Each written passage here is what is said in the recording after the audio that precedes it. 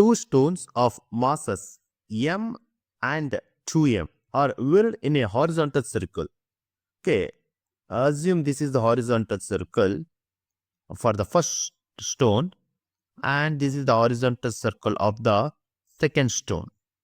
Okay, the first one mass is equal to m and the second one mass is equal to 2 here.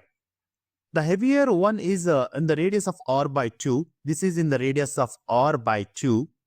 And the lighter one is in the radius r. The radius of this one is r. The tangential speed of the lighter stone is n times that of the value of the heavier stone when they experience the same centripetal force. Here the centripetal force in the both the cases is the same.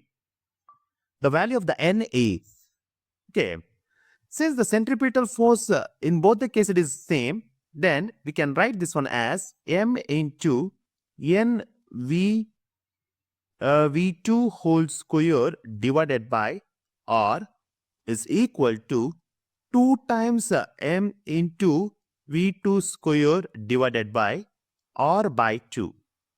Then everything will get cancelled. Then the n square is equal to, we get the value that is 4.